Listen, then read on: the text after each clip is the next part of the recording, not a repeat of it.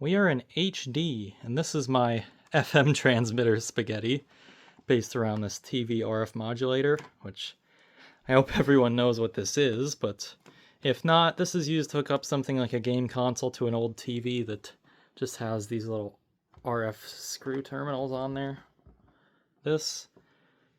And the reason I chose this is that I had a theory that because these just send out FM audio to the TV, I wondered if they wouldn't filter out any sort of higher frequency audio that we can't hear, but you can use to inject stuff like FM stereo and RDS. Sure enough, it worked, and I'll actually show you how I found out that that would work later.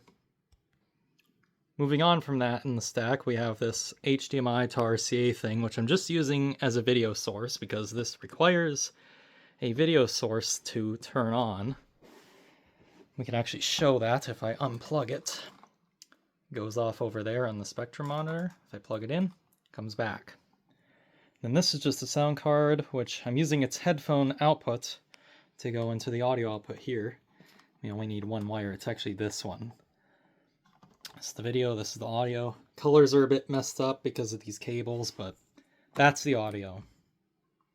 And that's really all I have to show over here as of right now. Now the reason I don't use something like this, which is just a car FM transmitter, is because they do all the FM stereo generation themselves.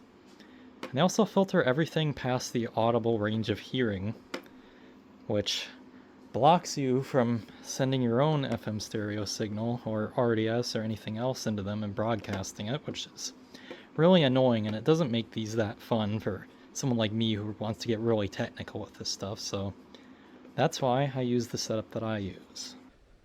So here we are on the computer side of things, and this is the signal right here, and I'm not really sure where to go with this. We can actually hear it if we turn on the unmute it. There we go. You can hear it there. So let's just break down what everything is here over in the Spectrum. This is the mono audio, which is basically just the very beginning of FM. This is what they first started out with. Then later on they added stereo, and this is the little pilot here. It just tells it whether or not there's a signal. This is the actual signal itself. And this is RDS. This is everything you're really going to see on a normal station. The RDS is up here, and it just has the station info, song info. Sometimes they'll have traffic info or the current time for setting car radios. But this is basically everything you'll see. And so the audio gets to this. We go over here. This is my music player. Nothing special. I just use this as an audio source. You would usually use a proper playout software for this, but I don't have that set up right now. Then this will go into this audio processor here. This is Breakaway 1. Just using the trial version. There's a whole bunch of stuff here, more than I can explain, but I'm mainly just going over the different signals and not really the processing side of things. This just gets the station to sound the way it's supposed to sound and helps level out volume levels and stuff. It also generates the RDS signal, which I'll show you in a bit. But anyways, if we go to the RDS, or actually the stereo, we can actually turn the stereo off, and if I unmute this and do it here, it's a processor. You can hear it go into mono. You can hear it kick into stereo. You can actually see it over here. Both those signals disappear. And there they are again. This is a trial version of Breakaway 1. Oh wow, it's a trial. If we go to RDS, we can see the radio text, the station name. You can also set the different genres and stuff if we wanted. Also the current time. You can turn that off. There's a bunch of stuff here that I don't really want to get too into, but you can see the signal come back and go away. And this feeds into this mixer here, which I don't really need, but it's for something else I'll show you in a bit. This is the input from the processor, and that just goes to the output of that sound card. That's everything that I have set up so far. I'll actually do a bit of a comparison here between this and an actual FM station. I'm gonna get copyrighted, but we can see it's all the same signals here. I gotta switch this back. Copyright police are gonna get me. Yep, you can see the RDS changes between the two stations. There's my little thing, and then this is actually a real FM station. This is the audio processor, once again. Kind of showing some of the stuff here. There's multiband processor, stereo enhancement, auto gain control. It's a whole mess that I mostly learned just from tinkering. I kind of just go by ear. I don't really know a lot of the terminology, but I just do it for a bit of fun. Eventually I do want to try and get my setup working under Stereo Tool, as that's what I prefer to use, but for now I'm just using it here. Alright, where the hell is my input output? One thing that's kind of funny to do here is, this is all the different calibrations that I had to do to get this to actually work with this modulator.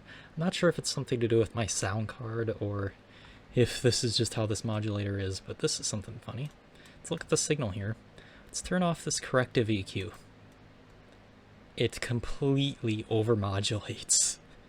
You can see it jumping up and down over here, and it's just going all over the place. If we turn that back on, it starts looking normal. And that's actually the reason why I'm using Breakaway Run 1 right now. I have to learn how to make this feature work on Stereo Tool. I know it exists, but I learned it on here, and that's the main thing. Otherwise, I just have to tweak my sound on Stereo Tool to get it right. I think that's everything I can say about that. Alright, so one of the coolest things I can do with this is this little piece of software that I learned about called JMPX. It's mostly used for stuff like stereo and RDS. Or, I guess not mostly used, these are the main features I'd say that most people would probably use, but I'm using the SCA feature, which is over here. You can see this signal pop up. If I turn off the modulation, it goes away. And this is basically just a little narrow FM signal that's been embedded in. This was used back in the day for stuff like Muzak, and it's not super common, but what I've seen it used for in person is actually for people with vision impairments who can get special receivers to hear readings of the newspaper and stuff. I actually have a recording one of those I might show. But I just have it hooked up to a scanner, and I'll actually show you the hardware side of things here. Now the setup does change a little bit when we add SCA audio, because I'm using a scanner as the audio source here just to have something, and that gets fed into this line input. Otherwise, everything here remains the same. And we can actually take a listen if we unmute this, and then we enable this SCA tuner plugin. And I just have weather radio going. It's basically just AM radio quality. You wouldn't use it for music and it's only in mono, but it's super cool that you can have two different audio streams in analog. Of course, we can actually change this. You can actually run two of these at once, but I don't really like doing that. We can actually change this to 92 kilohertz. This is a noisier portion of the signal, so I don't prefer to use it, but you can actually move this around everywhere. I just keep it at 67 because that's the most common one. Another cool thing in here is this digital SCA, which there's a receiver software for it, but I haven't gotten it to work, so I don't use it. But this actually puts out digital audio in a super low bit rate, but there it is. And SCA was actually used for a lot more stuff, like feeding data to GPS units and stuff like that, but the most common use is this, and it's not even common at all. But that's one of the coolest things that I've been doing with it. And yeah, you can hear it there. It's super low quality, but there's the stereo again. Yeah, that's most stuff I have to show. Now I've toggled off all the extra stuff, so this is basically just a bare bones FM signal. like you would have found back in the day before stereo and all this other stuff. It's gotten a little bit narrower, if you can notice, but it's kind of hard to see. Now, by the way, this is basically just the audible spectrum that comes out once you demodulate this, and all we have now is everything from 0 all the way to around, I'd say 15 kilohertz. Basically just the audible range here. We don't have any of the extra high frequency stuff, and of course it's only a mono, no text data up here, nothing like that. Yeah, I think that about wraps it up for my little demo. Maybe I'll have some other stuff here. I actually think I'm going to demonstrate how I found out that this RF modulator thing actually works. So I've modified the setup a little bit here. I unplugged this and then plugged this little, just analog radio, mono only. The cool thing is that this doesn't filter out the higher frequency and audible audio, which is used for the stereo and the RDS. This doesn't either. So this will remodulate the signal, then the SDR will demodulate it, and we can actually decode FM stereo and RDS off of this radio, even though this is only a mono radio, using the SDR, which I'll demonstrate here.